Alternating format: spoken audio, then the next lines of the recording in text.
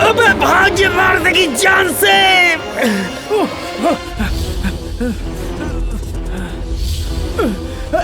जल्दी भाग।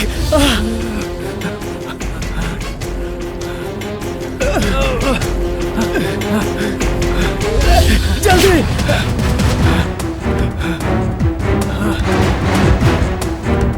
भाग, जल्दी भाग।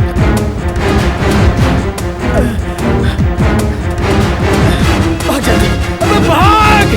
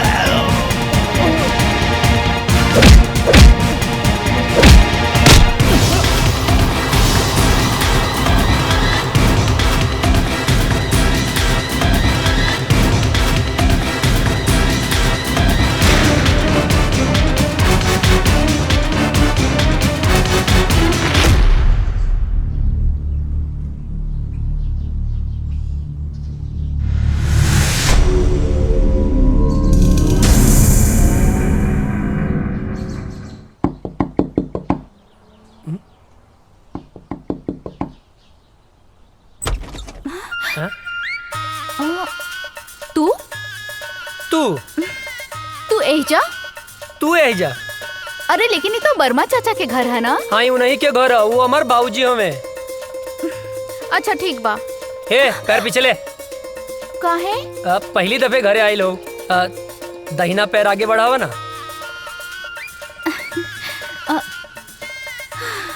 लेकिन अभी तक तो मिसेज अजय नहीं बनल। तब बन जाना, मना के कैले सा। हम तक कब से तैयार हैं। हमरा के इतना सस्ता में पटावल आसान नहीं खे। तो दहेज दे के ले आए, बाकी लाएम जरूर। यही घर में गांठ बांध ला। अरे अजय बेटा के बाबूजी ये आपसे ना मिले आयल बाड़ी। अरे तो तू एजा का खड़ा बाड़ा, अंदर आवा बेटा। अरे काजल बेटी प्रणाम चाचा जी। खुश रहा खुश रहा। अरे भीतर आवा। ना ना ना, उ तो बाबूजी आपके घरे बोलौले रहले ना। अच्छा? तो बस टाइम पे आ जाई, उहे बतावे खातिर आइल रहनी। हाँ ठीक बा, आ जाए भब। चल तनी, प्रणाम। खुश रहा। अरे रुका बेटी। हाँ अरे बुड़बक्के बाड़े का। हाँ बाबूजी। का कहले? अरे ना बाबूजी। हाँ हाँ ठीक बा, जाओ काजल का घरे छोड़ के आवा जाओ। चला डरते तो हम अपने बाप से हैं। बाप ने परमिशन दे दिया तो क्या कहना। बैठा। चला। ये बच्चा मतीन कहाँ बैठल बाड़ू? जवान हो गई लू, जवान मतीन बैठा ना। ठीक से तो बैठल बानी। जवान हो गई लू, फीलिंग नहीं किया आवत का। ए तार ढेर ना होता का? लेके चले के बता, लेके चला ना तो हम जाता नहीं। ए देवता रिसिया मत यार, बैठा। हमार मतलब है कि ऐसे बैठा कि हमरो मजा आवे और गियर भी बदल जाए। ठीक बा, चला। Thank you.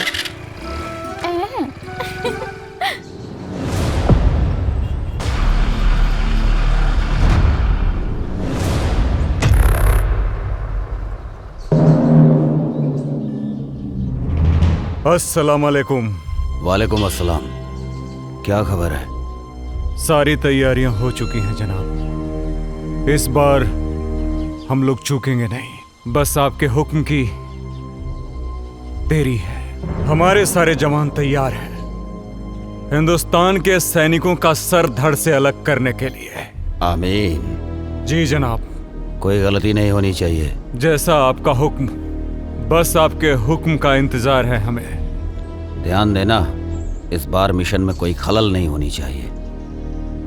जी जनाब। ऐसा कहर मचाओ कि हिंदुस्तानियों का रोम रोम कांप उठे। जी जनाब। धमाका ऐसा हो कि हिंदुस्तानियों की आने वाली 7 पीढ़ियां थर्रा उठें। उनकी हदें उनको याद दिलाओ।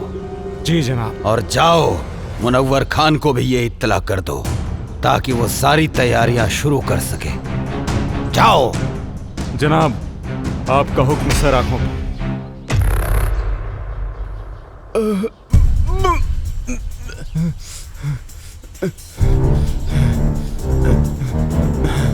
सलाम जनाब।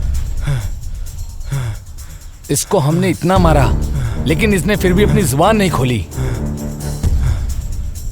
जनाब, हम तब से इसे बहुत बेरहमी से मार रहे हैं लेकिन फिर भी ये कुछ बताने को तैयार नहीं है।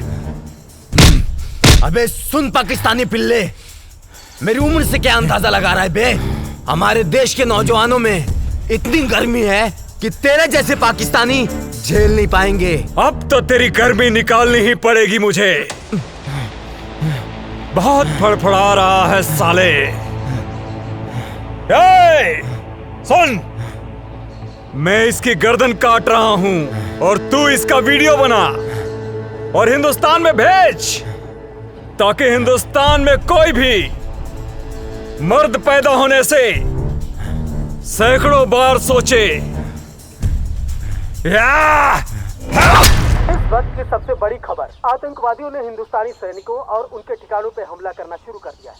उन्होंने भारतीय सैनिक का सर कलम कर जय हिंद सर। जय हिंद सर, एक बैड न्यूज है। क्या है बैड न्यूज? सर, अभी भी इंटेलिजेंस से खबर मिली है कि आतंकियों ने हमारे ठिकानों पर हमला करना शुरू कर दिया है। अच्छा, तुम लोग थोड़े होशियार रहो। वहाँ पे हम अपने और सैनिकों को लगा देते हैं। उन देशद्रोहियों को उनकी औकात दिखा देते हैं। It's order. Okay sir.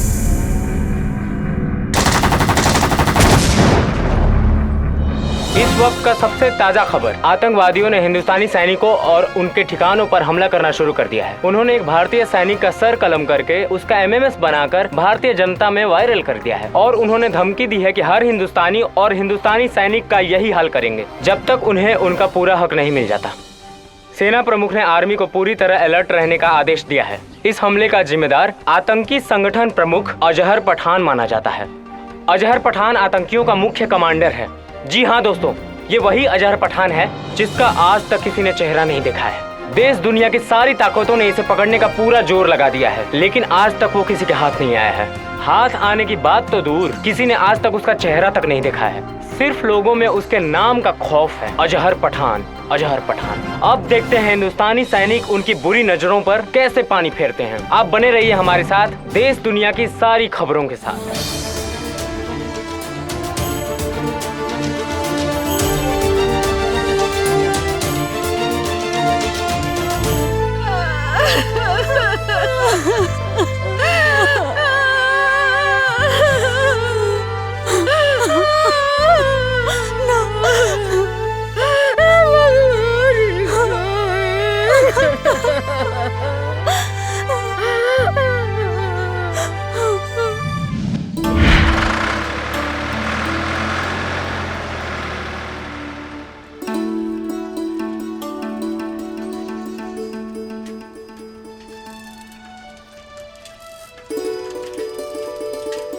Good morning भैया। Good morning. ये साइकिल किस लिए? आप आगे आगे दौड़ेंगे, हम पीछे पीछे फॉलो करेंगे। अच्छा, ये साइकिल दीजिए तो। पर साइकिल का है। अरे दीजिए। लीजिए।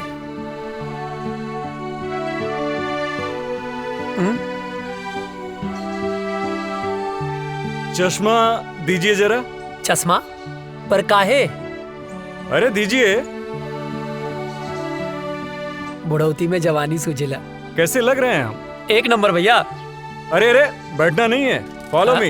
ये भैया का ऑर्डर नहीं है, फौज का ऑर्डर है।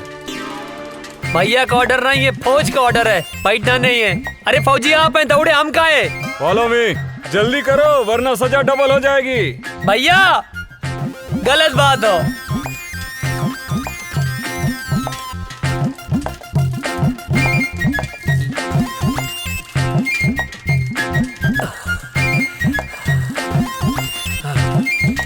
हम न दौड़ब ना जा, आगे हम थक गए नहीं। दौड़ो उठ के। तू ही जा, हम ना जा। अरे उठ जा, क्या पता कब देश को तेरे जैसे जवान की जरूरत पड़ जाए। हमके देश के काम ना आवे क्यों, तू ही काम आवा। अरे पगले, शरीर में फुर्ती रहेगी, ताकत रहेगी तो कभी भी किसी भी समय किसी को भी झाड़ सकता है। गांव में हमसे केहू ना भिड़ेला, जे भिड़ेला पटक के चाप देला। हाँ। अच्छा ठीक है, उठ जा भाई। आओ बैठो, बेवकूफ कहीं का। लो चश्मा अपना दी। चल बैठ। हमार भैया।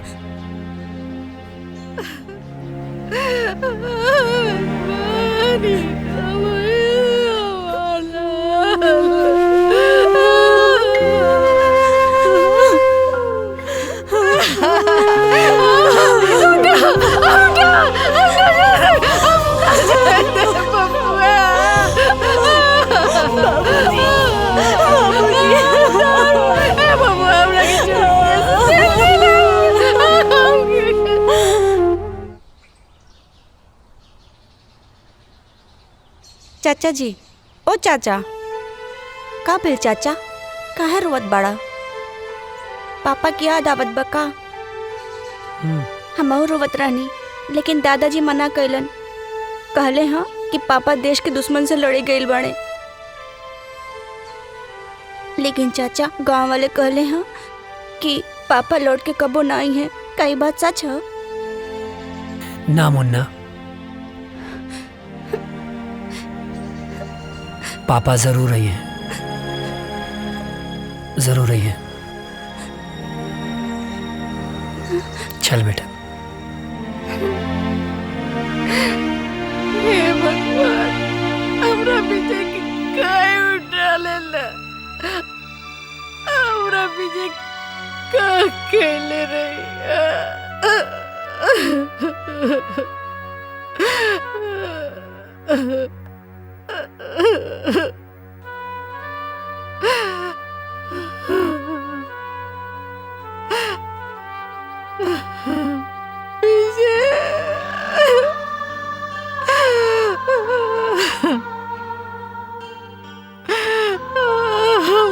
राम लखन की जड़ी टूट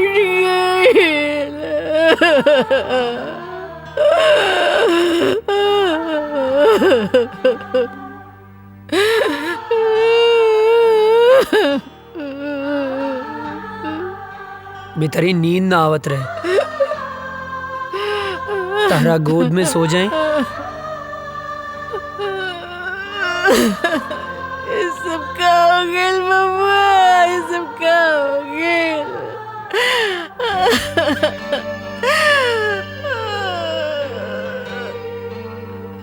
काहे ऐसन होला? एक जमीन के टुकड़े खातिर भैया हमनी के छोड़ के ना गईले माई।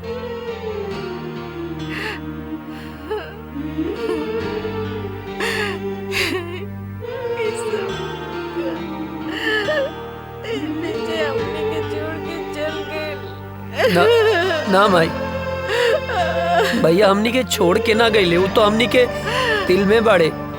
हमरे तोहरे ये पूरा देश के जनता के दिल में बाड़े माई।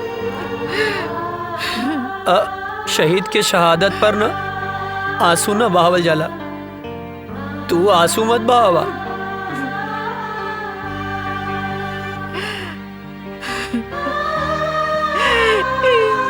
सब काहे होला? काहे होला?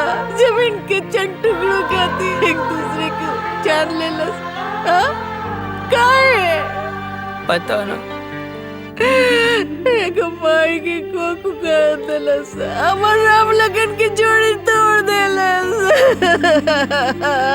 पता ना माई, पता ना पड़ोसी मुल्क के हमनी के देश से कौन नाराजगी बा, पता ना। बबुआ तू हमरा के छोड़ के कहीं मत जाइए, हमरा के छोड़ के नहीं तो हम मर जाएंगे बबुआ। ना जाए माई, हमरा के छोड़ के ना जाए, मत जाइए। कभी ना जाए, कभी ना जाए भाई, कभी ना जाए।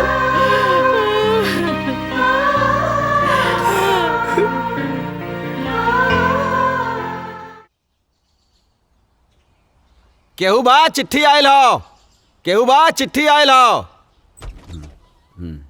चिट्ठी आयल हो। हाँ आवतानी। हैली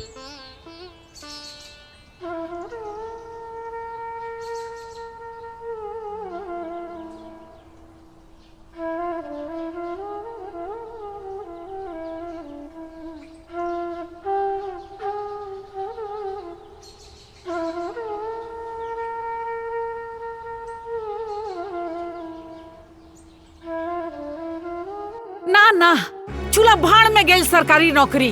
हाँ? एक बेटा तो शहीद हो गई, दूसरा बेटा के हम शहीद ना होके के देव। सरकार अपन नौकरी अपन पास ही रखी, कह देता नहीं। हाँ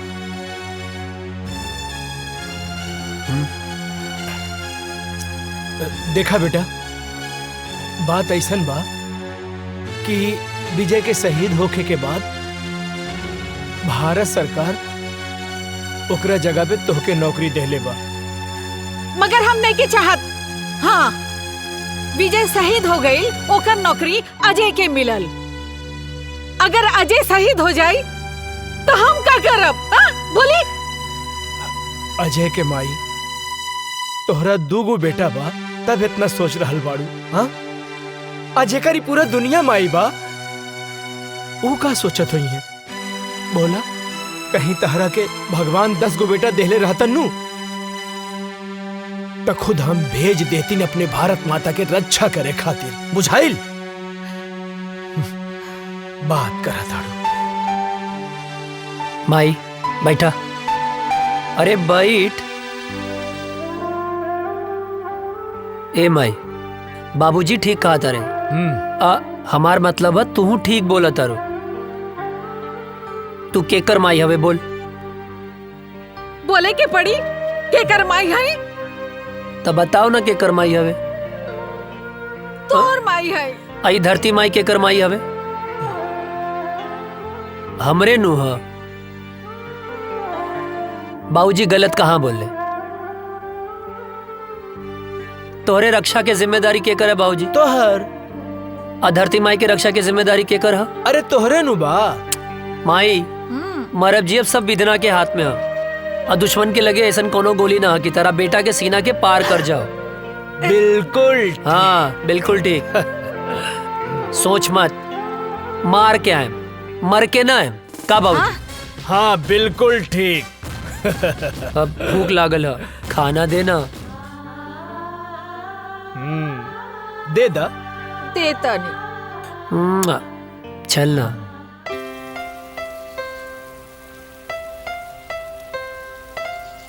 अजय तोहार रेलवे में सिलेक्शन हो गई।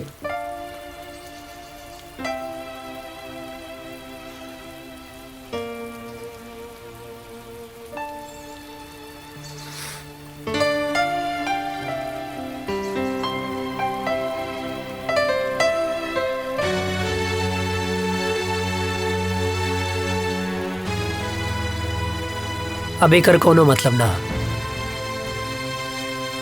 हम फौजी बनब। अरे ये तो बहुत अच्छा फैसला कैला। हाँ। लेकिन अजय तू इतना उदास काहे हुआ?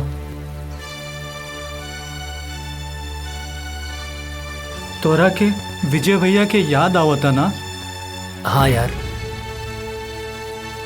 बहुत याद आवता। अब ई उदासी के बोझा तू कब तक ढोईबा? देखा, जौन होके रहल तौन तो हो गए। शायद भगवान के यह मंजूर रहल। चाचा चाची, भौजी, भतीजा के समझावा, उनकर हिम्मत बना। अगर तू टूट जाइबा तो उन्हन के का होई? ठीक कहत वे यार। और उकाजल दिन रात तुरे याद में तड़पत बिया। तू तो फोन उठावे लेना। तू हमके अश्याम के फोन करेली बेर बेर।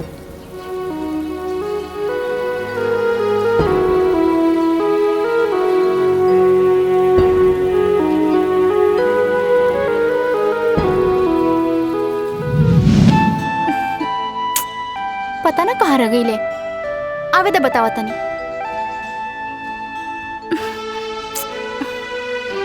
काजल आ गई नहीं? आहा, बहुत बड़ एहसान कर दिया ला आके।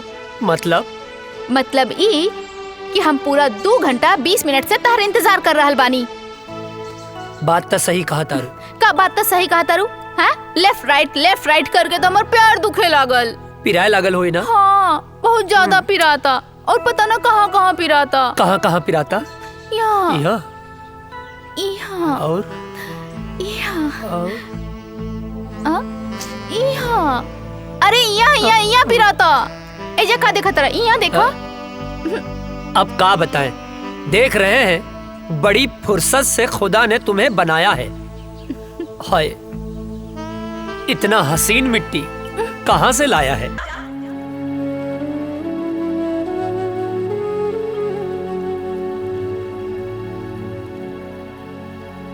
अजय, कहाँ खो गईला? कहीं ना। जाके एक बार काजल से भेंट कैला।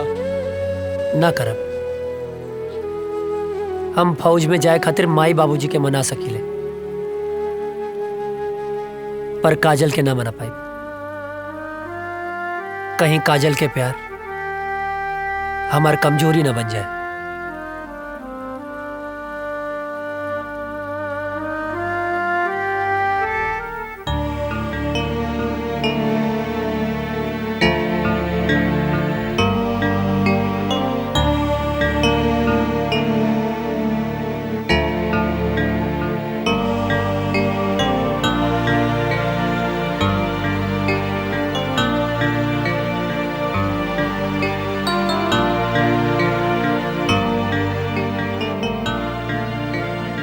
बबुआ, एक बार विचार कर ला। हम माई है ना? हाँ, हम अपन मन के ना समझा पाता नहीं।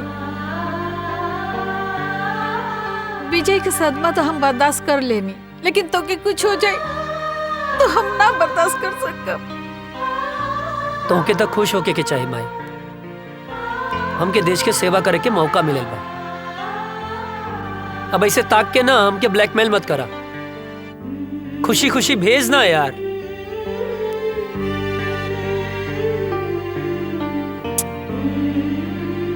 ठीक बा, तू जो भगवान तो रक्षा करी और हमारा आशीर्वाद हमेशा तोहर साथ रही।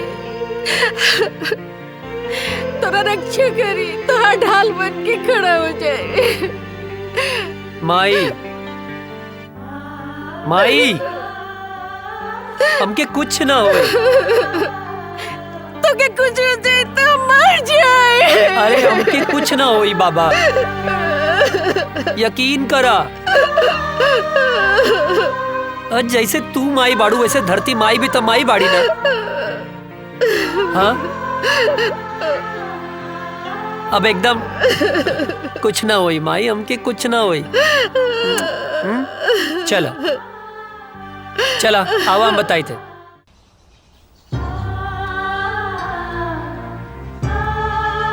चला खुश रहें बाबू।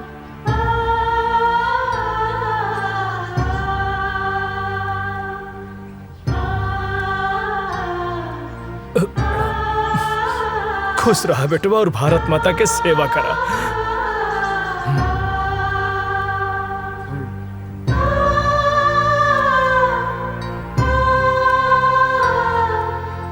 माई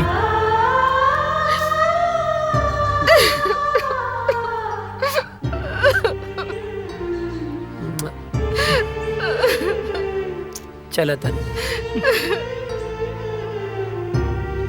चला जल्दी लेट होता। चला जल्दी आ जाए।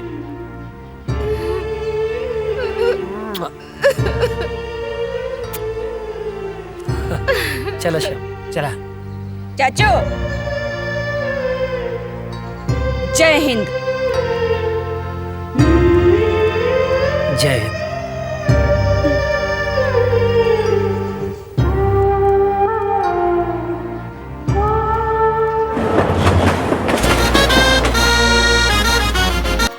तुम्हारी ट्रेनिंग पूरी हो चुकी है। थैंक यू सर। और तुम्हारी पोस्टिंग भी वहीं की जा रही है जहां तुम्हारे भाई शहीद विजय वर्मा पोस्ट थे और आखिरी बार आतंकियों से लोहा लेते हुए शहीद हुए। अब तुम्हें देश की रक्षा के साथ साथ अपने भाई का भी बदला लेना है। Thank you sir, it's my pleasure sir. और मुझे पूरा यकीन है कि तुम भी पूरी जाबाजी और दिलेरी के साथ माँ भारती के दुश्मनों को उनकी औकात बताओगे सर। और हाँ, ड्यूटी ज्वाइन करने से पहले छुट्टी दी जाती है। जाओ अपनी फैमिली के साथ एंजॉय करो। Thank you sir, thank you so much सर। सर जय हिंद। प्रणाम बाबूजी। खुश रहा का हाल बा बेटा? बाबूजी ट्रेनिंग पूरा हो गई। तो बहुत बढ़िया बात। अब खुशी के बात ही बा कि कुछ दिन खातिर हम घरे आवतानी। अरे ये तो बहुत खुशी के बात बा। माई कहाँ बाड़ी? कहीं गई बाड़ी। बाबूजी बोला ना रह दा, आके बताएं। ठीक। जी बाबूजी प्रणाम। खुश रहा। अरे विजय के माई, विजय के माई। जी। अरे जल्दी एक लोटा पानी लेके आवा, बहुत बड़ खुशखबरी बा। जी। जल्दी आवा, जल्दी आवा।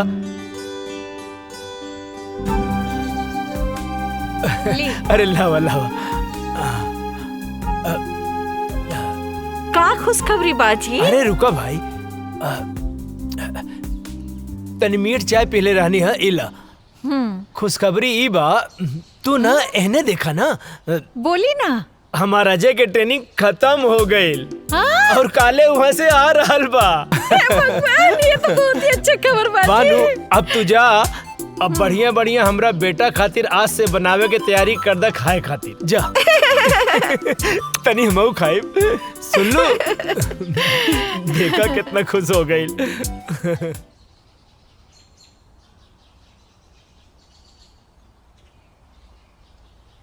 माई माई। अरे हे भगवान।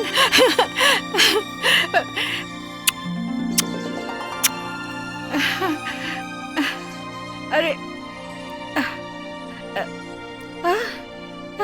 अरे ये का एकदम सुखा कैसे गेल बड़ा? वहाँ कोनो प्रॉब्लम रहे का? हाँ माई, बहुत बड़ प्रॉब्लम रहे। का? जॉन पराठवा तू हमरा खातिर भेजत रहलू ना, वो हमार दुष्ट सूबेदार रस्तवे में खा लेत रहे। हट बदमाश। अरे हमार शेर बेटा आ गई। वाह। अरे अजय के माई, खुश रहा खुश रहा। हाँ बेटा, हमार शेर आ गई। अजय के माई। हाँ जी। चीता के जाने लू? वो का होला? वो होला सबसे दूबर। हाँ? बाकी एक बात सुन ला, सबसे आगे उहे रहेला, जैसे कि हमार बेटा। चाचा हमारा खातिर का ले लह। तोहरे लिए। श्याम। हाँ दे। इला। अरे भाई, हम पाकिस्तानी ना ही, सब पाकिस्तानी लोग का का दाय करिए कर हा। पप्पी। अभी ना इधर। यार भी। हाय शाबाश। इले। इतना सा तहु तो इतना सा बाड़े। जब बड़ हो जाइबे ऐसन वर्दी पा जाई त तोहरो के बड़गन मिल जाई का बाबूजी? एकदम बिल्कुल ठीक। जा खेला। खेल। जब बना गाँव के शेर तू। और बाबूजी आप ठीक बानी ना? हाँ अरे यार, राजा दशरथ और कौशल्या माता और राम की मिलाप हो गई है तब तो चल के कुछ काम काज कर लिहल जाओ भाई साहब। ई का बगत रहे छोटन? हाँ चाचा कुछ काम है ना, जो यार अजय का अरे काम? आप काहे मारत अरे रहा? चाची कुछ जरूरी पर आज कौन काम है? हाँ मैं इधर आता नहीं, हमारा कैसा मालूम बा कि तू इधर आता रहा, तोरा कैसा मालूम बा? हाँ हाँ, मत सही। ढेर बोला मत। हाँ, हम कहते नहीं, चला, चला चला, चला चला। रुक जा। अरे भाई चला, ड्रेस अरे चेंज- ड्रेस चेंज तो कर अरे लेते। आवा ना। अरे चाचा जी अरे रे रे जब पता ना कौन काम रहे रे? कौन काम?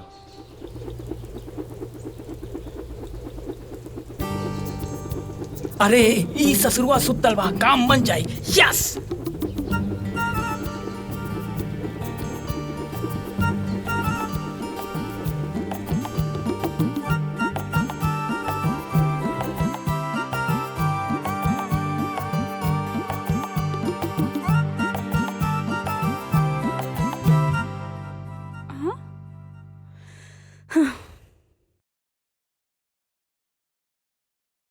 हे भगवान, कितना अच्छा सा झाड़ू लगावत हनी, फिर भी पता नहीं कहाँ से कागज आ जाता।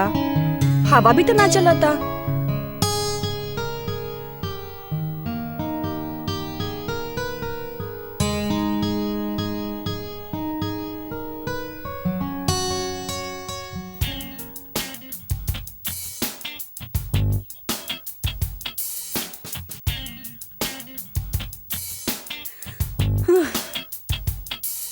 ई कहाँ से आ जाता? ई कुल तो साफ कर दिले रहनी अच्छे से।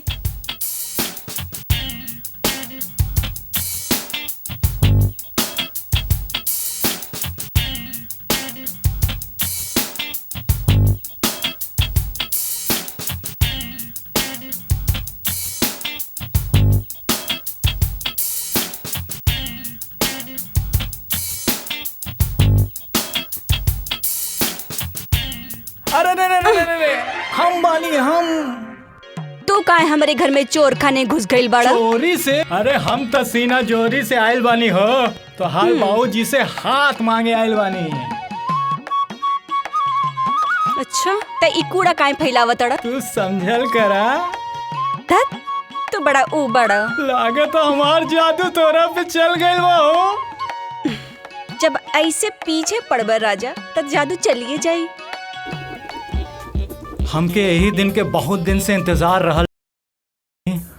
अरे कविता, कहाँ मारू? अरे जल्दी से एक गिलास पानी तो लेके आवा बेटा। हाँ बोल ना। अरे अच्छा यार छूट जाते हैं। कहाँ? हाँ ठीक बा, हम गमला में छूट जाए। हाँ अरे कविता, कहाँ बाड़ू? अरे हम काहे छुपे? अरे हम तो तोहर बाबूजी से तोहर हाथ न मांगे आयल बानी। धीरे धीरे बाबूजी जाग गई बड़े। अच्छा, एक तरह हाथ मंगवा ना, तब बाबूजी हम दोनों जाने के काटती हैं। अरे बिटिया का करे तारू, जल्दी लिया हुआ पानी। तू चिंता ना करा, हम तोहर बाबूजी के समझा ना ले। हाँ अच्छा, बाबूजी के समझा ले बा। अरे बात के समझो। एगो आदमी ना घर में घुस आइल रहे और बाबूजी ओकरा के ना मार मार के आज वो टूटल टांग लेके बाजारे में भीख मांगता। का बात करा तू? हाँ। टूटल टांग? अरे हम भीख ना मांगा। सुना, हमके कहीं छुपा देना। कहीं छुपा दे। हे भगवान बचा लिया हमको, कुछ नहीं करा हम। हे भगवान। अरे बेटा कविता, कहाँ रह गयलू? इली बाबूजी आगे नहीं। का बिटिया, काहे इतना देर लगा देलू पानी लावे में? अरे बाबूजी गिलास धोवत रहनी है। अरे बाप रे, इतना सुंदर लड़की के ऐसा राक्षस ऐसा बाप। हे भगवान बचा लिया। अरे हम 100 किलो के लड्डू चढ़ा दे, प्लीज हमके बचा लिया। हमारे हाथ पे टूटे वाला बा। हम भगवान, हम कबो पीछा नहीं करब। भगवान बचा लाना। हम जिंदा हमके बचा लो भगवान, बचा लो।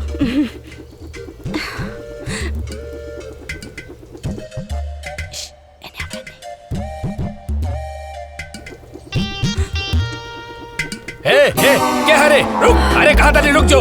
अरे कहाँ भागा था, रुक। अरे कहाँ तानी रुक जो। अरे के बड़ा अरे कहाँ जाबे भाग के? रुक जाओ। बाप रे, पकड़ ले रुक जाओ। कहाँ भाग? अरे तोर इतना हिम्मत? हाँ? हमारा घर में घुस गई ले। गलती हो गई। इतना हिम्मत? हमके माफ कर दे। चल तोहरा क्या भैया हम तो से का कहत रही ना। हमके दांते कटलस। हे भगवान, कल्याण की रक्षा करी हो, आपका करी। रुका, कहाँ भाग के जाइबा तू? रुक जाओ, हम तोहरा के छोड़ब ना। कहाँ भाग के जाइबे? रुक, बताओ तानी।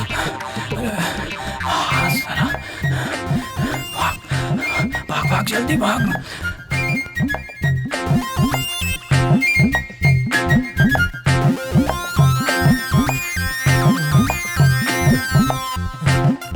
लगता भाग गए।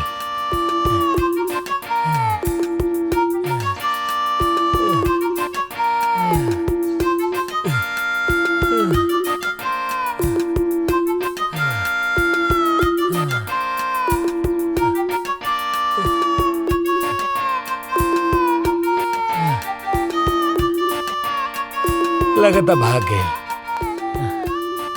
खैर वो हमके चाहे जब मिली हम ओकरा के छोड़म ना। चाहे जब मिली हम ओकरा के छोड़म ना।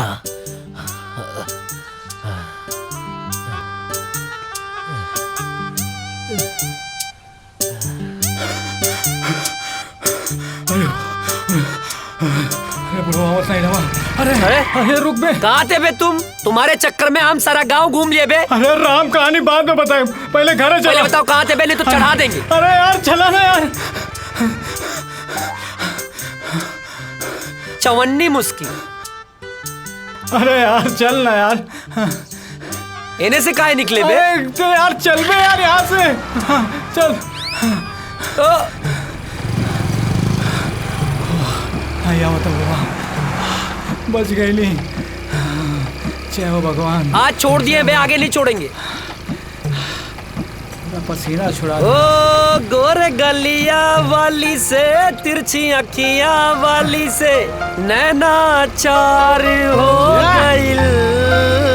का बताई तो से मार खाने से बच गए बेटा आज तुम, वरना लात जूता मुंह का हाथ सब पड़ जाता।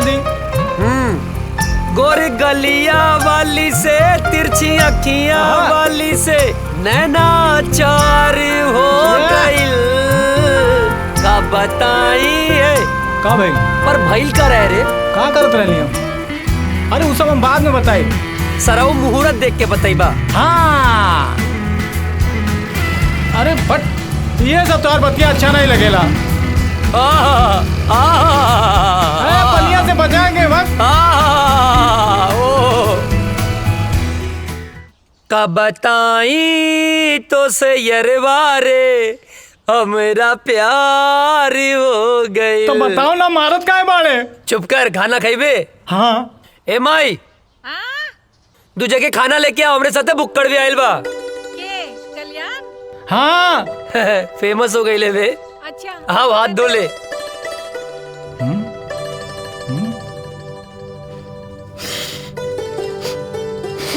ए हाँ, जाके हाथ धो। अरे हमार हाथ तो साफ बा। साफ बा? सलून के पानी कितना दिन में बदले ले? जबले कीड़ा ना पड़ेला। अबे गंदा हो रहा। जाके हाथ धो। जाता ही। एक बार कुकुर के पूंछ सीधा हो सकेले, बाकी तू ना। इला चाची गोड़ लगातानी। चेत रहा, बैठा। खा।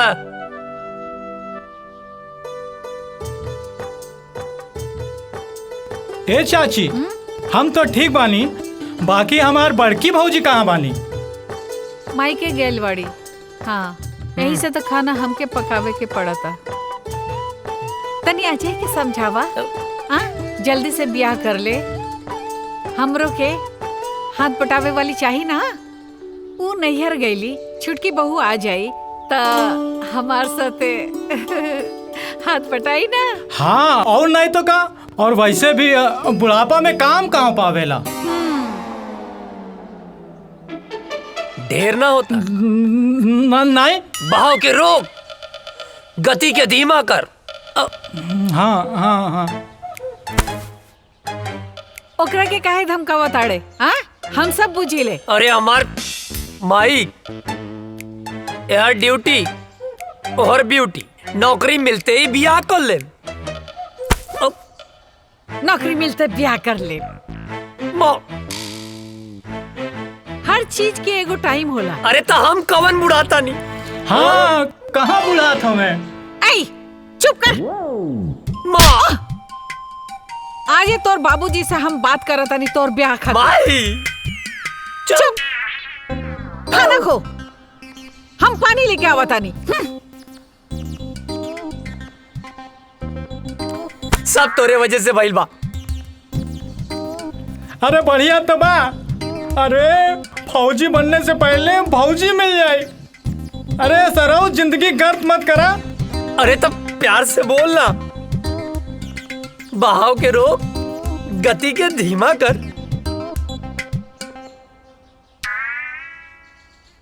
अरे यार, तुहार तो ब्याह हो जाए, हम तो साला छलवे बजाते रह जाए।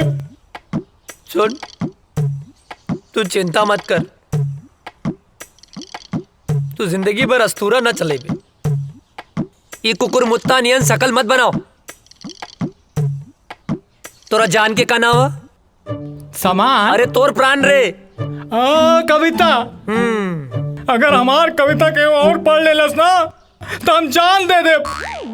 तोर जान इतना सस्ता हो?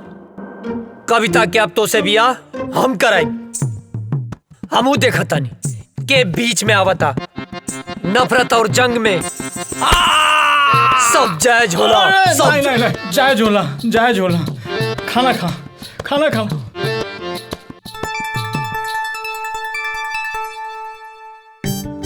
तू चिंता मत करिए। हाँ नहीं करम, हम एकदम चिंता नहीं करम। माई, अरे पानी देना यार। सुना बिटिया, हाँ बाबूजी। हम जाता नहीं कुछ काम से। हाँ। हाँ, थोड़ा ध्यान रखिए। हाँ ठीक बा बाबूजी।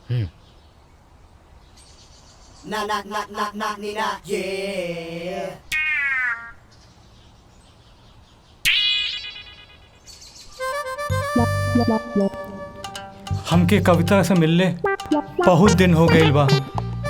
आज जाके कविता से मिलब। हाँ, बढ़िया मौका बा, जाता नहीं।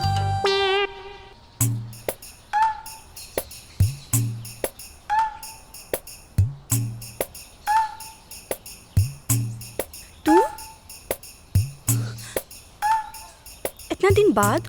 कविता, ये बात सही बा।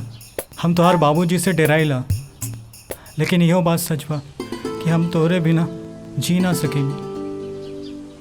आज हम एगो फैसला कर ले बानी कि हम जियब चाहे मरब, लेकिन ब्याह तोहरे संगे करब। कल्याण, तू हमरा से इतना प्यार करेला? हाँ, अपने जान से भी ज्यादा। तोहरा के जान ही देवे के पड़ी।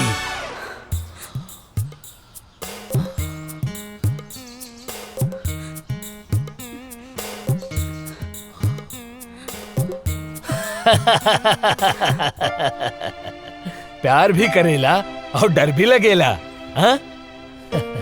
हम दरअसल देखे के चाहत रानी कि तू हमरा बिटिया के सच्चा प्यार करेला कि नहीं। काहे से कि जे सच्चा प्यार करेला ना, ओकरा में हिम्मत अपने आप आ जाला। और आज हम बहुत खुश बानी कि तू सच्चा प्यार करेला और हिम्मत दिखौला। अब हम निश्चित हो गए बानी कि तू हमार बिटिया के ध्यान रखबा, ओकरा प्यार करबा।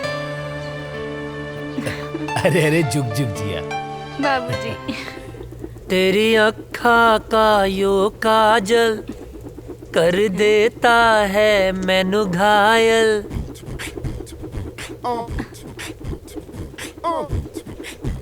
कहा रे, हेने आओ।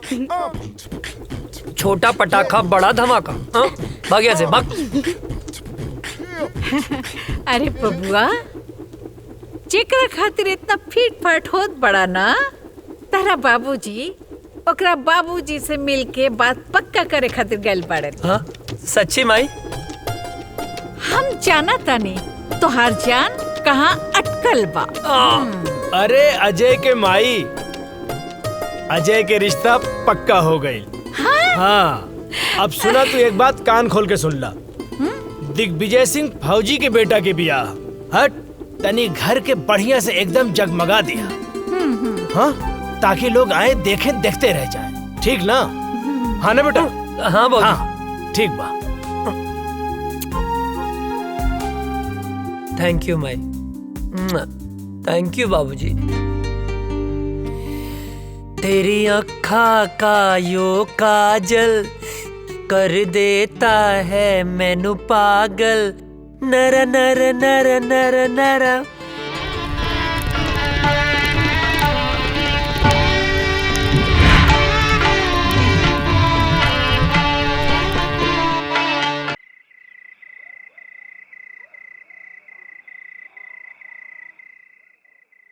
अजय, अजय, ए काजल, का भइल, काहे रो तारू? तारा के लेवे खातिर कुछ जवान लोग आइल बड़े। वो काहे बदे? वो लोग कहते रे कि ऊपर से ऑर्डर बा, तारा के जाए के पड़ी। ए पगली, एहर देखा। अरे तय में इतना रोवे के कौन बात बा? ऑर्डरे नु आइल ह। हम फौजी हैं, जब जब ऑर्डर आई हमके देश के रक्षा खातिर जाए के पड़ी। आई तो हमार फर्ज है। तो हम का है? का हमरा खातिर तहर कोनो फर्ज नहीं खे? देखा काजल, देश से अपन तुलना मत करा। एक जवान के लिए पहला फर्ज होकर यह रहेला कि वो पहले अपने देश की रक्षा करे। तू हमार प्राण हो, तुम्हार हर सांस हमरे सांस में बसेला। एहर देखा, हमार ताकत बना, कमजोरी मत बना। बनबू ना? हंसा, जाके हमार वर्दी ले आवा।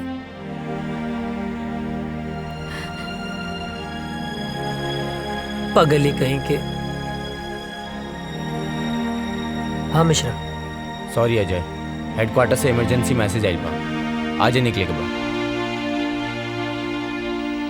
ठीक है। का ठीक बा? हाँ, का ठीक बा? आज ही तोर ब्याह भइल और आज ही ले जाए खातिर आ गेले, हम ना जाए देब।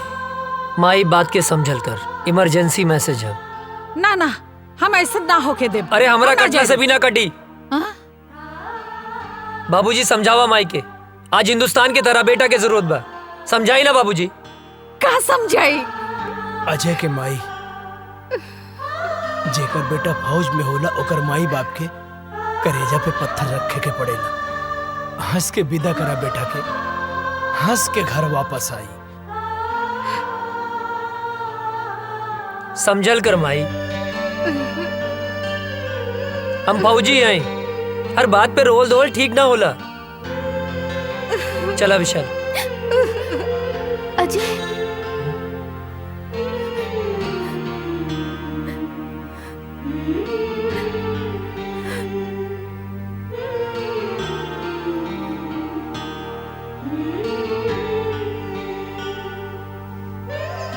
जल्दी आए। अपन ख्याल रखिए। तू माई रोवा मत, माई बाबूजी के ख्याल रखिए।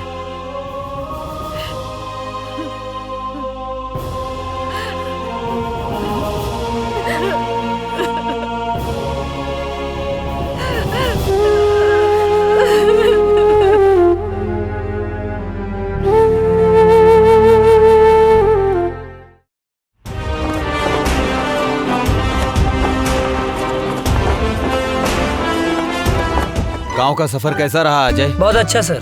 माँ और बाबूजी सब ठीक हैं? एकदम बढ़िया सर। चलो ठीक है, साइन करो और आज से ड्यूटी ज्वाइन सर।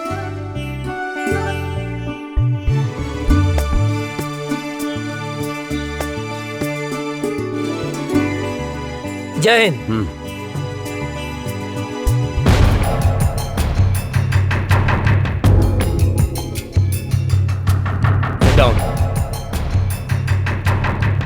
सर अचानक इमरजेंसी मीटिंग बुलाने का मकसद? अभी अभी गुप्त सूत्रों से पता चला है कि ये पाकिस्तानी आतंकवादी हमारे देश के खिलाफ साजिश कर रहे हैं। सर वो घुस चुके हैं तो पकड़े भी जाएंगे सर। और वो एक बड़े प्लान के साथ गुजरात, राजस्थान और कश्मीर के भीड़ भाड़ वाले इलाके में बमबारी करने वाले हैं। बहुत जल्द वो लोग उस प्लान को अंजाम देने वाले हैं। वो किसी भी हद तक जा सकते हैं जी। और आश्चर्य की बात यह है कि हमारे देश के ही कुछ लोग उनकी हेल्प कर रहे हैं। हमें चौकन्ना रहना होगा। वो हमारे देश के किसी भी कोने में हमला कर सकते हैं, तो हमें उन्हें किसी भी प्रकार से रोकना होगा। अजय सर, तुम पूरी तरह से अभी अलर्ट हो जाओ। सर। राम सिंह, तुम ऐसा करो, सीमा से सटे जंगल के इलाके में बटालियन के लिए सारी व्यवस्था उपलब्ध कराओ। जय हिंद सर।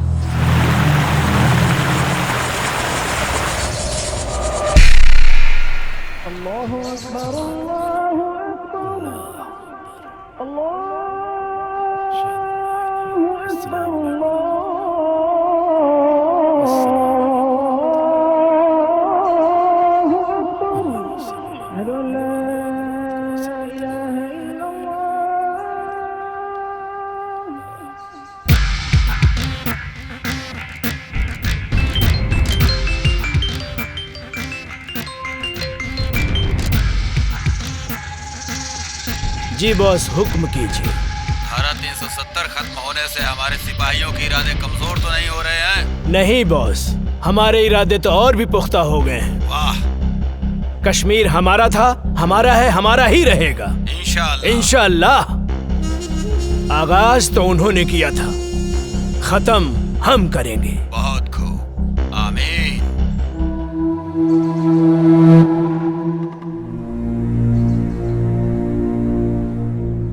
अस्सलामुअलैकुम भाईजान। वालेकुम अस्सलाम। हैदर कहाँ है? आ रहा है। सलाम वालेकुम भाईजान। वालेकुम अस्सलाम। हैदर। हाँ भाईजान। क्या हाल समाचार है? आर्मी में एक नया नौजवान ऑफिसर आया है, अजय वर्मा। ये वही विजय वर्मा का छोटा भाई है। विजय वर्मा भी आया था हमारे मंसूबे पर पानी फेरने के लिए। उसको तो हमने जहन्नुम में पहुंचा दिया। लग रहा है इसको भी इसके भाई के पास पहुंचाना पड़ेगा। अरे हम लोगों का तो बस एक ही मिशन है, कश्मीर की आजादी और पूरे हिंदुस्तान की बर्बादी। और इन हिंदुस्तानियों को हमारी ताकत का एहसास होना चाहिए। कश्मीर पाकिस्तान का पाक हिस्सा था जो हमसे धोखे से छीन लिया। हमारे शरीर में खून नहीं, बारूद है, बारूद। जो हमसे टकराएगा उसके चिथड़े उड़ जाएंगे। हमारे जीने का मकसद है कश्मीर की आजादी। नारे तकबीर, अल्लाहू अकबर, नारे तकबीर, अल्लाहू अकबर, नारे तकबीर, अल्लाहू अकबर।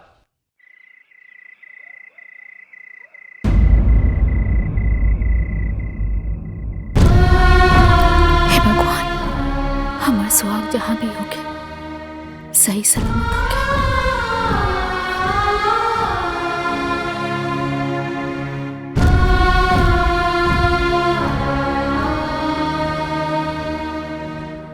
हे देवी मैया, हमारे बेटा की हिम्मत और हौसला दी। दुश्मनों के इरादे और मजबूत होते जा रहे हैं। और अभी पता चला है पाकिस्तान के कुछ आतंकवादी हमारे देश में घुसने की कोशिश कर रहे हैं। हमारी सुरक्षा एजेंसियों द्वारा पता चला है कि कल परसों तक वो हमारी सीमा के अंदर होंगे। उनकी प्लानिंग हमारे यहां बम ब्लास्ट करने की है। 5 जन, जो लोग हमारी सीमा में जंगल के रास्ते घुसने वाले हैं, वो हमारे देश के किसी भी कोने में बम ब्लास्ट कर सकते हैं। उनके इरादे और उनकी हिम्मत तो देखो।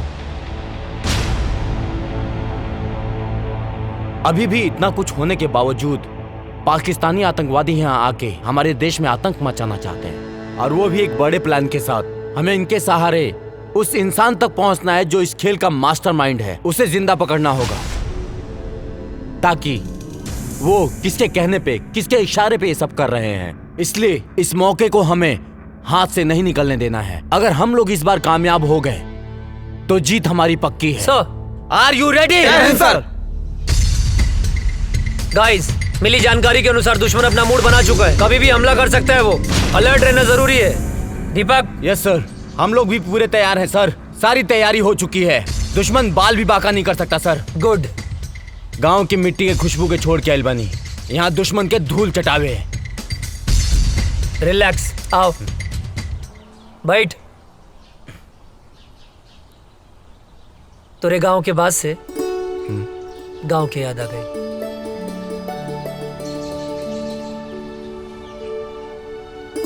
भाभी के फोटो का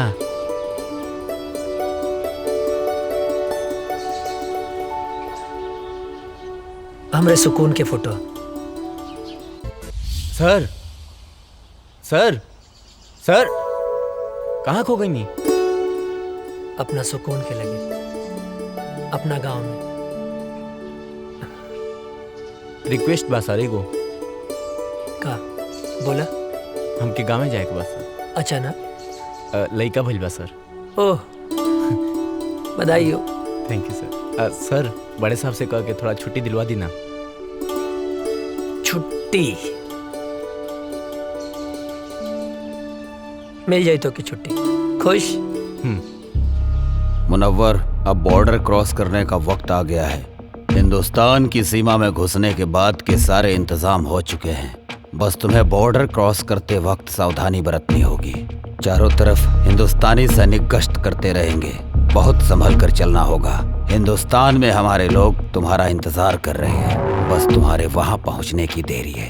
मुझे तुम पर पूरा भरोसा है। तुम वहां पहुंचने के बाद अपने काम को अंजाम जरूर दोगे।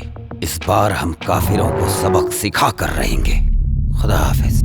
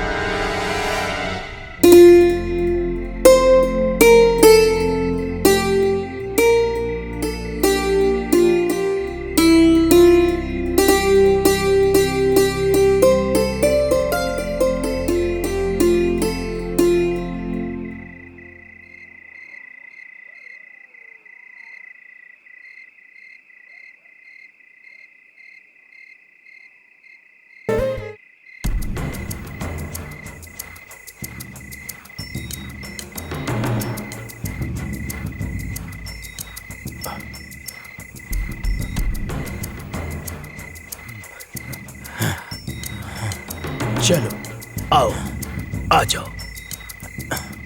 यहाँ से 5 किलोमीटर दूर हमारे लिए गाड़ी खड़ी है। यहाँ से वहां तक जाना है और कुछ दिन हिंदुस्तान में रुकना है। हम अपने मिशन को कामयाब बनाएंगे, समझे? आओ जी।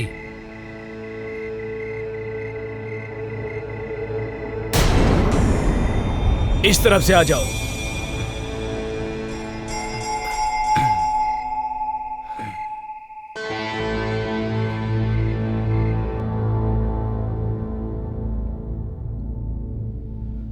रुक जाओ।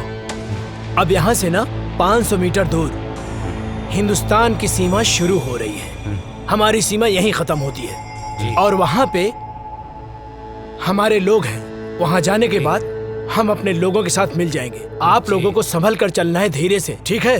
चलो, एकदम सबको चौकन्ना रहना है, क्योंकि यहाँ पर सैनिक गश्त हमेशा करते हैं। जी जनाब। सबकी नजरों से बचते बचते हमें आराम से धीरे धीरे चलना है, ठीक है? अब चलो।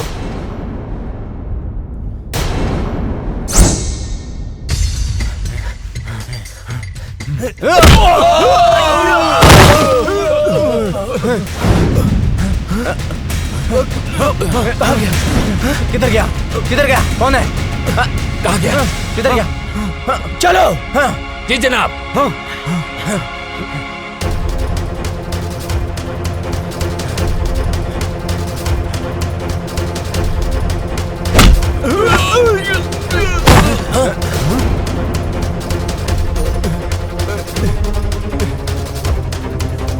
चलो चलो चलो चलो, हम अपनी सीमा में चलते हैं। आओ आओ जल्दी। भूत भूत भूत, छोड़ो हमें, छोड़ो हमें। ये मेरा तौबा, मेरा अल्लाह का तौबा, मेरे बाबा का तौबा। तू छोड़ दे मुझे, मैं कभी हिंदुस्तान में नहीं आऊंगा। अरे फौजी,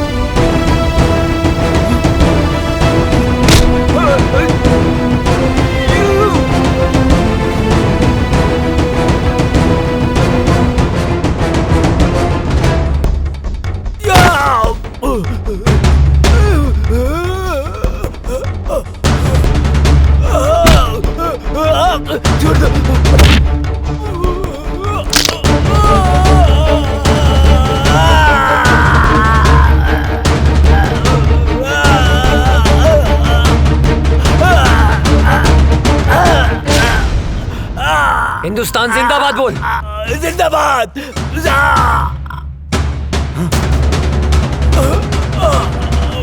ना तुम लोगों का ईमान है, ना तुम लोगों का धर्म।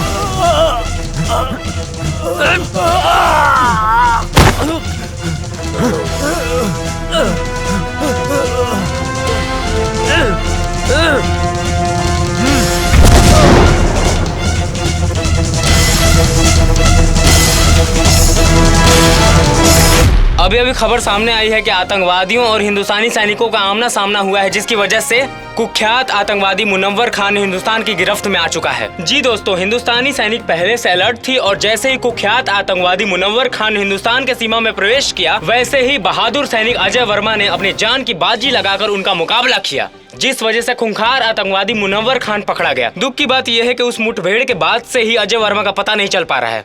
खूंखार आतंकवादी मुनव्वर खान से पूछताछ जारी है और अभी भी लापता अजय वर्मा को ढूंढने का प्रयास किया जा रहा है।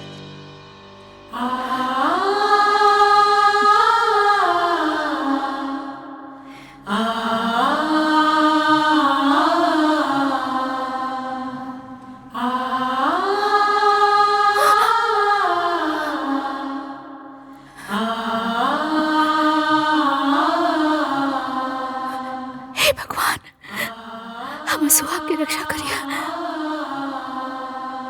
एक दिल दहला देने वाली खबर सामने आई है, अजय वर्मा शहीद हो चुके हैं। जी हाँ, सेना प्रमुख के द्वारा बयान जारी किया गया है कि मुनव्वर खान के साथ मुठभेड़ में ब्लास्ट हुआ था, जिसके बाद से ही अजय वर्मा का कोई पता नहीं चल पा रहा है। ब्लास्ट की जगह से कुछ सामान बरामद हुए हैं, जो सामान अजय वर्मा का बताया जा रहा है। इसी से अनुमान लगाया जा रहा है कि अजय वर्मा शहीद हो चुके हैं। इससे पहले आतंकवादियों के द्वारा मुठभेड़ में अजय वर्मा के बड़े भाई भी शहीद हो चुके थे। अजय वर्मा को ढूंढने की बहुत कोशिश की गई, लेकिन कुछ पता नहीं चल पा रहा है। ब्लास्ट वाली जगह से अजय वर्मा के कुछ सामान मिले हैं, जिससे ये अनुमान लगाया जा रहा है कि अजय वर्मा शहीद हो चुके हैं। आप लोगों को एक जानकारी और दे दूं, कुछ ही दिन पहले आतंकवादियों के द्वारा हुए हमले में अजय वर्मा के बड़े भाई शहीद हो चुके थे। अब अजय वर्मा की इस खबर से पूरा देश शोक में डूबा हुआ है।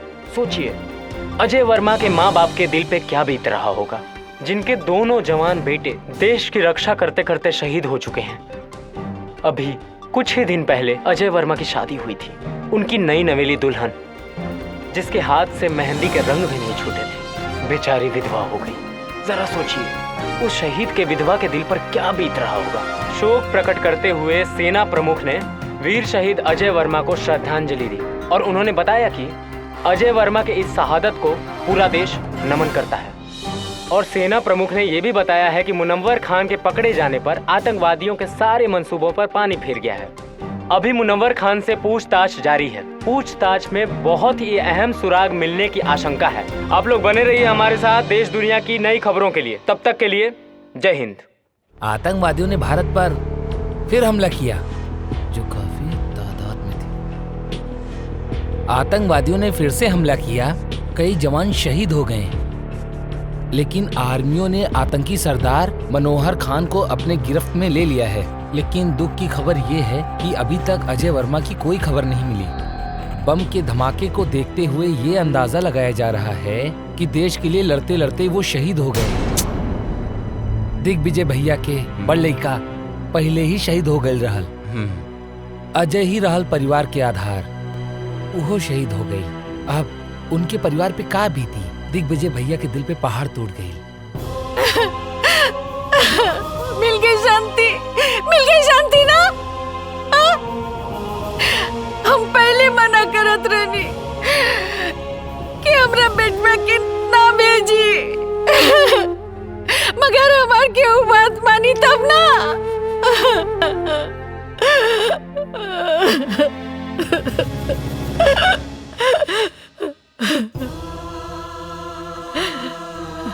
भाई हमारे बेटा के लाश खेता दिखा दो। बाबूजी विस्फोट इतना जोर से फैल रहा है ना, अजय के कुछ भी पता ना चलल।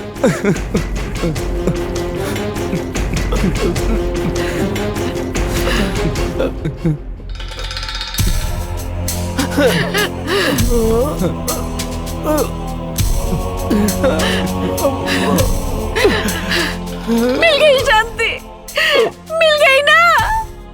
हमार वंश के आखिरी दिया बुझ गई। माई का भइल? इतना काहे रोता रू? हाँ? और ये फोटो पर माला? हाँ? बहू हमार बेटा अजय देश के खातिर शहीद हो गए। ना बाबूजी ना, ये का कहता नहीं आप? हाँ? ऐसा नहीं क्यों हो सकत? हाँ? माई देखा तू रोआ मत। हाँ अजय जिंदा हवन, तू काहे रोत बाड़ू? हाँ अरे तोहर माथा फिर गइल बा का? हाँ अपन जिंदा बेटा के शोक मनावा तारू? हाँ कहता नहीं कि जिंदा बाड़े। हाँ देखा हमारा अजय के धड़कन सिर्फ हम महसूस कर सकता नहीं। हाँ हमरा के इनका धड़कन महसूस हो रहा बा। नहीं मान सकत अजय जिंदा हुआ। बहुत हिम्मत बता हरामी, लेकिन अब हमार दोस्त अजय जिंदा नहीं खन, शहीद हो गए बाड़े। शर्म नहीं आवत? हाँ एगो फौजी होके एगो जिंदा फौजी के शहीद बोला तारा? शहीद हो गई? हाँ ना वो शहीद नहीं हो सकत। कोनो दुश्मन के बम या गोली में इतना ताकत नहीं खे कि हमार सुहाग के हमरा से छीन ले। हाँ माई देखा तू रोआ मत। हाँ देखा तू शांत हो जा। हाँ अजय है, जिंदा हुए अजय, वो जिंदा हुए, जिंदा बड़े। हाँ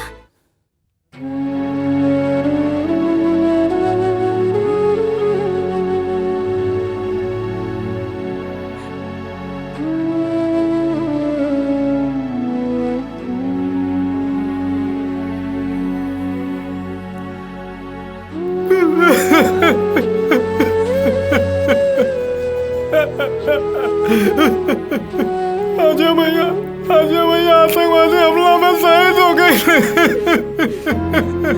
कल्याण मत रो, काहे कि ये भगवान की मंजूर रहे। भगवान इतना हृदय कैसे हो सकेले? चाची रो रो के पागल हो रहे मालिक। और काजल मौसी के तुम बताए नहीं भाई कि उनका सुहाग उजड़ गई। भगवान इतना निर्दयी कैसे हो सकेले, कैसे हो सकेले। अरे श्याम क्या करता ना? श्याम, अरे अंधेरा में कौन पढ़ाई करता ना बेटा? ए श्याम, अरे मचिसिया बना काजनी कहाँ थई लेबा?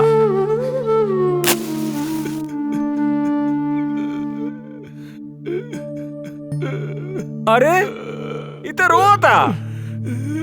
श्याम, का भइल बेटा? काहे रोता बेटा? का भइल? का भइल का? वो अजय बोलत रहे कि आतंकवादी हम तोहरा के ना छोड़ब, तो ओकरा के ना छोड़े के चाहत रहे ना, तो हमके काहे जोड़ के चल गइल? हम तो ओकर यार रहनी ना, गद्दार थोड़ो है जो हमके छोड़ के चल गए। बेटा तू ठीक कह रहा बड़ा बेटा। बेटा मत रो बेटा, हम तुम्हारे साथ पानी बेटा, हम तुम्हारे साथ पानी बेटा, मत रो बेटा, चुप रह बेटा, शांत हो जा।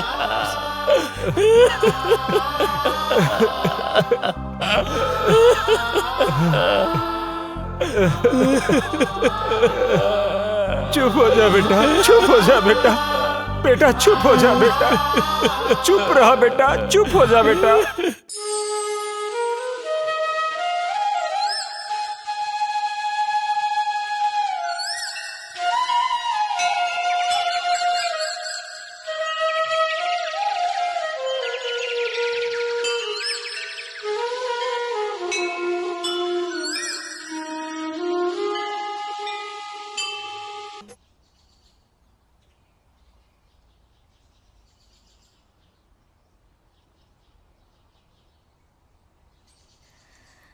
बहू, ई तू का कर रहा बाड़ू बहू? अरे अजय अभी दुनिया में नहीं खे, भगवान के उहे मर्जी रहे। अजय नहीं खन मरल बाबूजी, हमरा के पूरा विश्वास बा वो जहाँ भी हुई है हमारी मांग के सिंदूर उनका के खींच के ले आई। अजय के भाई तू ही समझावा बहू के। बेटी माजी, हमरा के विश्वास बा वो जिंदा हुए। हाँ बेटी, सब ठीक हो जाएगी, भगवान पे भरोसा रखा, सब ठीक हो जाएगी। रउआ बिल्कुल ठीक कहा तानी। देखी रउआ जैसन उचित समझी वैसन करी, हमरा कौनो एतराज नहीं के। चला काजल। कहाँ? बिटिया अभी तहार उम्र ही का बा, ये पहाड़ जैसी जिंदगी कैसे कटबू तू? यही से हम फैसला कैले बानी कि हम तोहार दूसर बियाह करब। सुना बहू, बाबूजी के कहल तू मान ला, अभी तो बहुत जिंदगी पड़ल बा। आखिर बहू अकेले तू कब तक रहबू, कब तक? का बाबूजी बोझ लगता नहीं का बात कर रहा बारू बेटी? अरे बेटी तू हमार बात समझे के कोशिश करा। एक तो धन भाग हमार की तू हमरे घर में बहू बन के आयलू। हम कोनो आँख के काजल ना है कि आंसू के साथ बह जाई। अजय के नाम में हम अपन रूह, धड़कन सब कुछ कर देले बानी।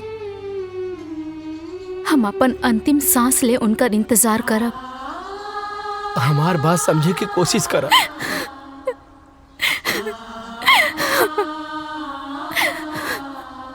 मुनव्वर खान, सच सच बता, बता कौन है तेरा बॉस और कहां कहां तुम लोग की प्लानिंग है ब्लास्ट करने की? तू ऐसे नहीं बताएगा, लगता है तुम्हें हिंदुस्तानी आर्मी का पावर दिखाना पड़ेगा। मुनव्वर खान, तू हिंदुस्तानी फौज के कब्जे में है। आज हिंदुस्तानी फौज तेरे साथ क्या सलूक करेगी तू सोच भी नहीं सकता है। बता सच सच, बोल तेरा बॉस कौन है? बोल बोल बोल।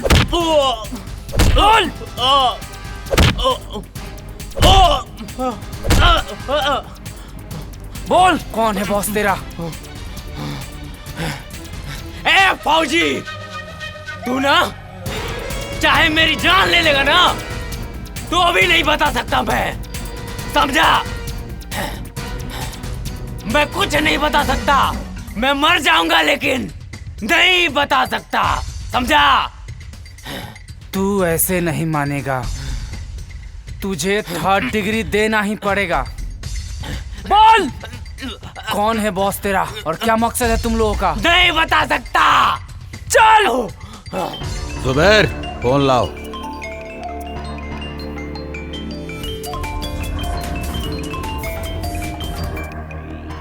अजहर। जी जनाब। उन्होंने मुनव्वर खान को गिरफ्तार करके हमारे लोगों में और उबाल भर दिया है। जी जनाब। अब हम उन्हें उनकी औकात दिखा कर रहेंगे।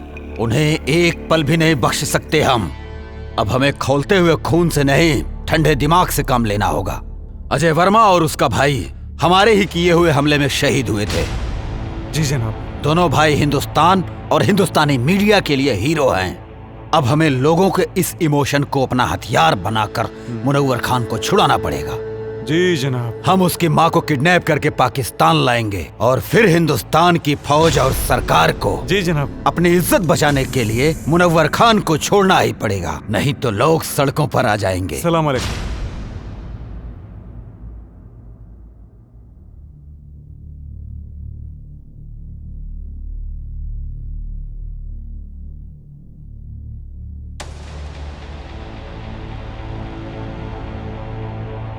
हे देवी मैया, हमार कलेजा के टुकड़ा के काहे छीन ले लो, ओकरा बिना कैसे जी,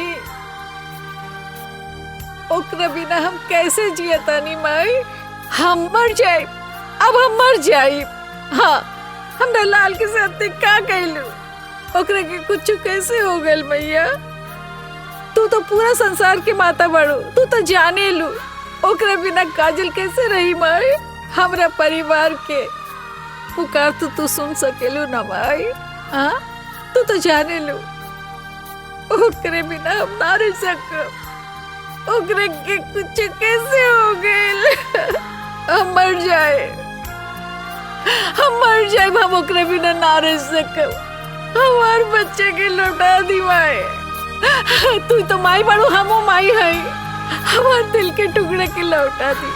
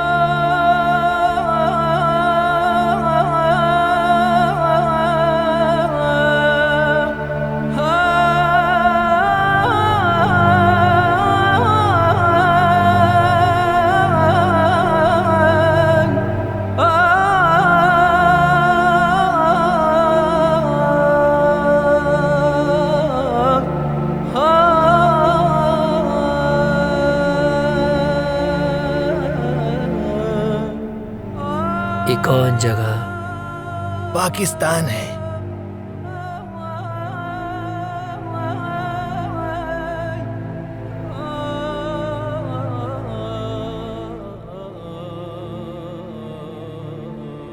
हम यहाँ कैसे आए? कल मैं जंगल गया हुआ था तो वहां पर मैंने देखा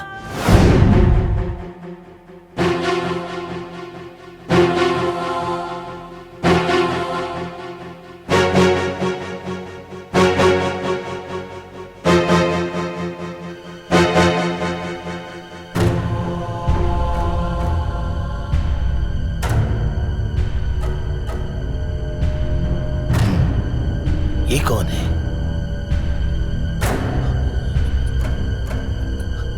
ये तो ऐसा लगता है जैसे हिंदुस्तानी है। ये फौजी लगता है।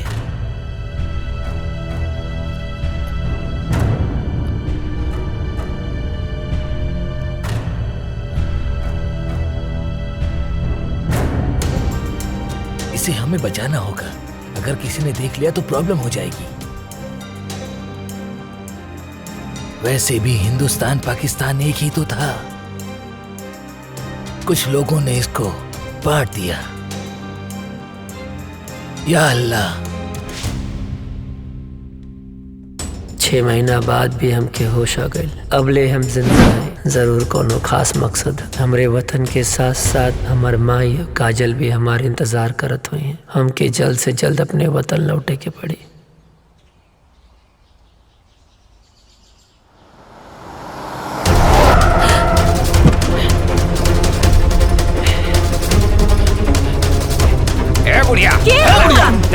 अरे हमरा के कहे पकड़ा था। अरे छोड़ा। हम का कहनी? हमरा ले जाता रहा। अरे कहां है? चल गाड़ी में चल। अरे छोड़ा, हम बोला गाड़ी छोड़ा। ठीक ना क्या होई? छोड़ दा हमरा के। अरे हम बोला था कि हमरा के छोड़। चुपचाप बैठ। ए गाड़ी चला। अरे छोड़ा हमरा के। हमरा क्या के हो? अरे बता रहे बुढ़िया बहुत बुढ़िया रे। चुप कर। बेहोश कर। अरे का चुप कर।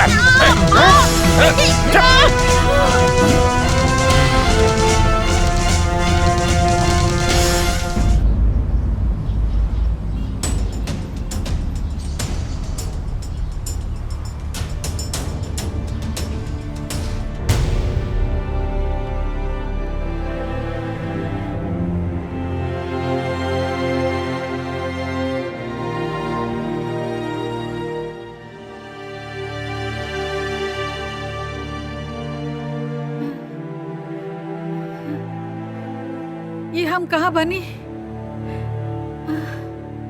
हम ये जब बानल काहे बनी? अरे क्यों बा? अरे हमरा के बचावा, हमरा के यहाँ से छुड़ा के ले जावा हो। हे भगवान हमरा के छुड़ावा। अरे हमरा के बचावा इन लोगन से।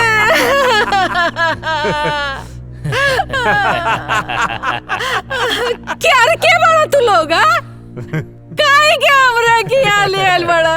का कहने वाली तोरी के? चुप बुढ़िया। बताता हूँ कि तुझे क्यों लाया हूँ यहाँ। तुम्हारे दोनों बेटों को अपने आदमियों से मरवाया था मैंने।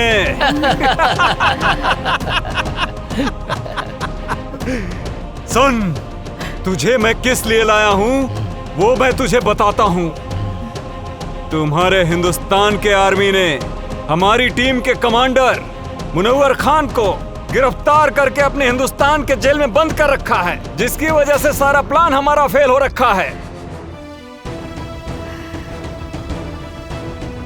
और उसे ही छुड़ाने के लिए हमने तुझे किडनैप करवाया है आज, क्योंकि तेरे परिवार से पूरे देश की भावना जुड़ी हुई है।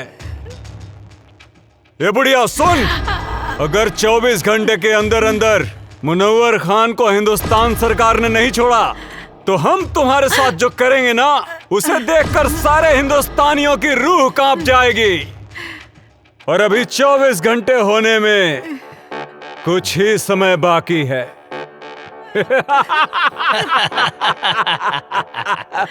इधर वक्त खत्म हुआ और तुम्हारा वीडियो वायरल।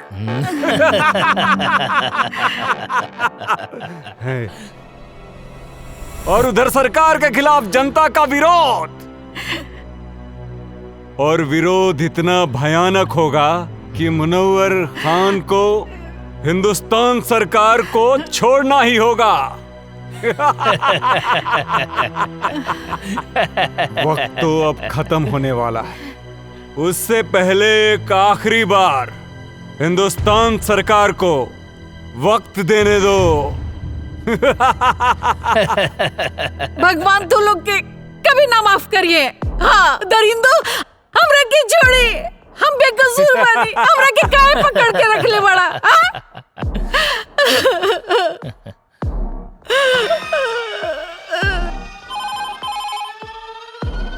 हेलो, कौन? कैप्टन, क्या हुआ? कब छोड़ रहे हो मुनव्वर खान को?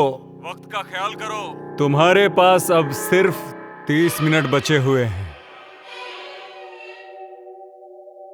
और सुन, अगर इन 30 मिनट में तूने हमें कोई सूचना नहीं दी तो तू सोच भी नहीं सकता है कि अजय वर्मा की मां के साथ क्या क्या हो सकता है। बकवास बंद करो। क्या सबूत है कि शहीद अजय वर्मा की मां तुम्हारे कब्जे में है? ले सुन, हमरी खातिर कोनो समझौता मत करिए। और हाँ, मैं आखिरी बार बता रहा हूँ, वो वीडियो तेरे हिंदुस्तान की पूरी मीडिया में वायरल कर दूंगा मैं। ठीक है, हमें गृह मंत्री जी से बात करनी होगी। मत छोड़िए मुनव्वर खान के। चुप बुढ़िया, बहुत चपड़ चपड़ करती है। जय हिंद सर। सर, आतंकियों ने मुनव्वर खान को छुड़ाने के लिए शहीद अजय वर्मा की मां को किडनैप कर लिया है। जल्दी एक्शन लेना पड़ेगा सर। जब तक मैं न कहूं कोई कदम मत उठाना। ओके सर। इस मसले का हल सोच समझ के करना पड़ेगा। और हाँ,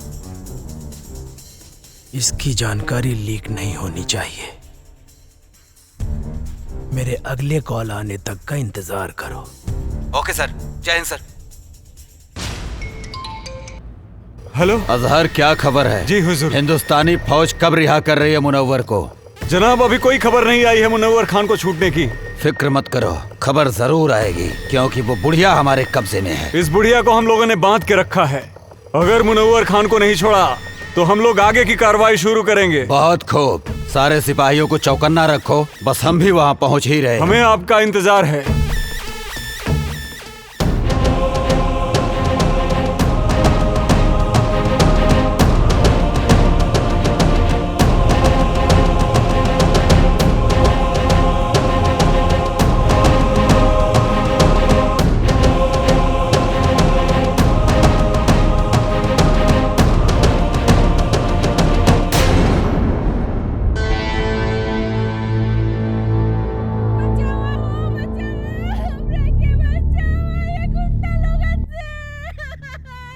इ तो कोनो लड़की की आवाज लागत बा।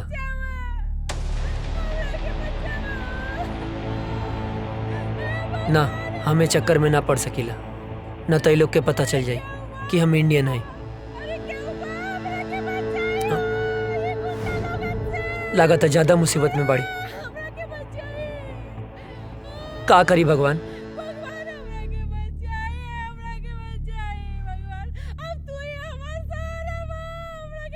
केहू के भी बहन बेटी हो सकेले, ओकर रक्षा करब हमार फर्ज है, हमार फर्ज है। हमरा मदद करी, हमरा के बचाए। इतना माई बाड़ी, हमरा के बांध के रखल बा, हमरा के बचाए।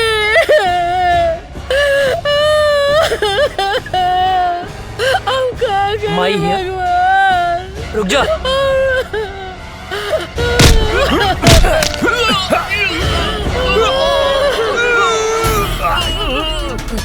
अजय! अजय! बाबा जिंदा बड़ा! हे भगवान! लगलो! बनी।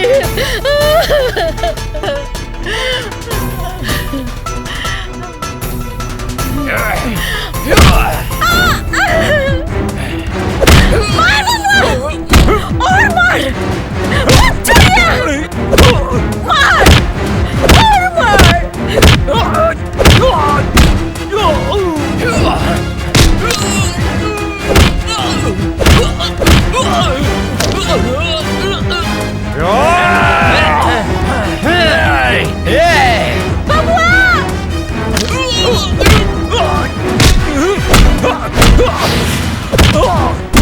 विजय के ये लोग मर ले रहे हैं बबुआ।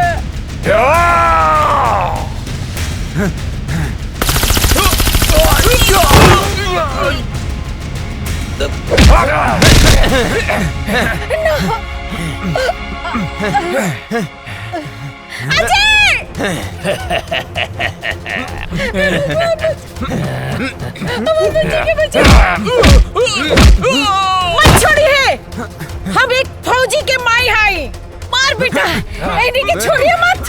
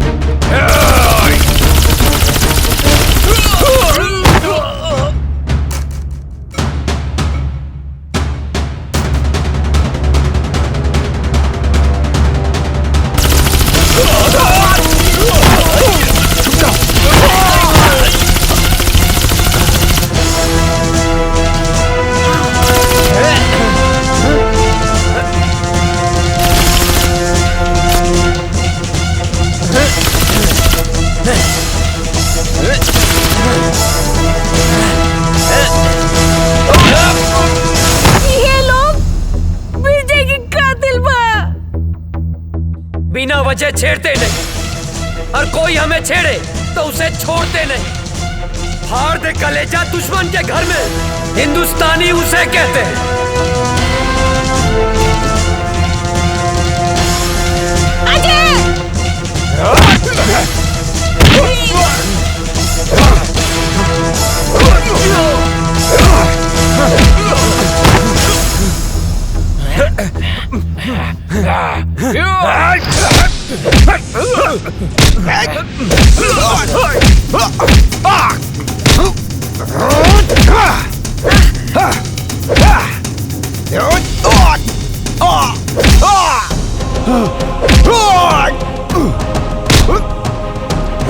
जब हम तुम्हें नहीं छेड़ते तो तुम क्यों छेड़ते हो? कश्मीर क्यों नहीं छोड़ते? कश्मीर हमारा है। तुम एक मुनव्वर मारोगे तो 100 मुनव्वर पैदा होंगे।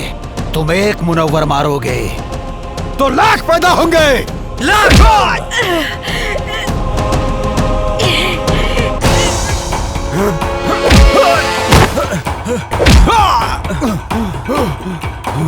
भेजे में शांति से बात घुसती नहीं है क्या? ए काफिर, तेरा भाई भी आया था यहाँ। मैंने मारा उसे, वो भी बम से उड़ा के, समझा?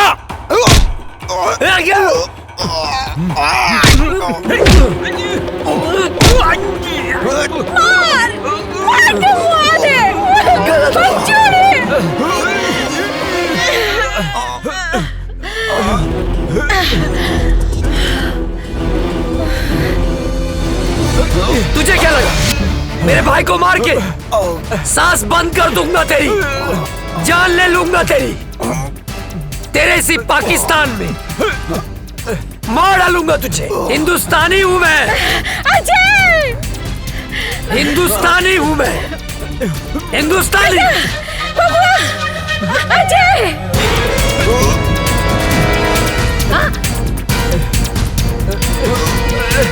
बेटा,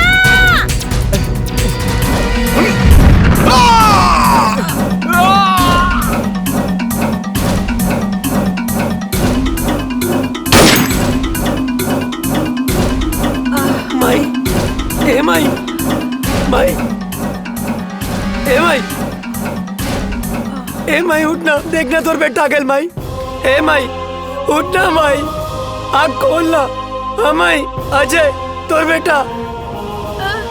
अजय बेटा, हम काले रानी ना के हम आ जाए, देख आ गए नीना। कहाँ रहला माई के छोड़ के इतना दिन? गलती हो गई माई, गलती हो गई। जाना तेरा तोहर बाबूजी, काजल बिटिया, तोहर भाभी, तोहर भतीजिया चिंटू, यहाँ तक के पूरा गांव हमार बबुआ के हमारा अजय के इंतजार करत रही। बेटा तू हमने के छोड़ के कहाँ गई? कहीं न जाए माई।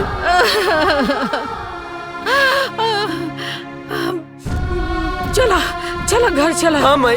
काजल बिटिया तो हर इंतजार चला करत उठा। रही। जना तड़ा मेरा भारत महान। जय हिंद, जय भारत।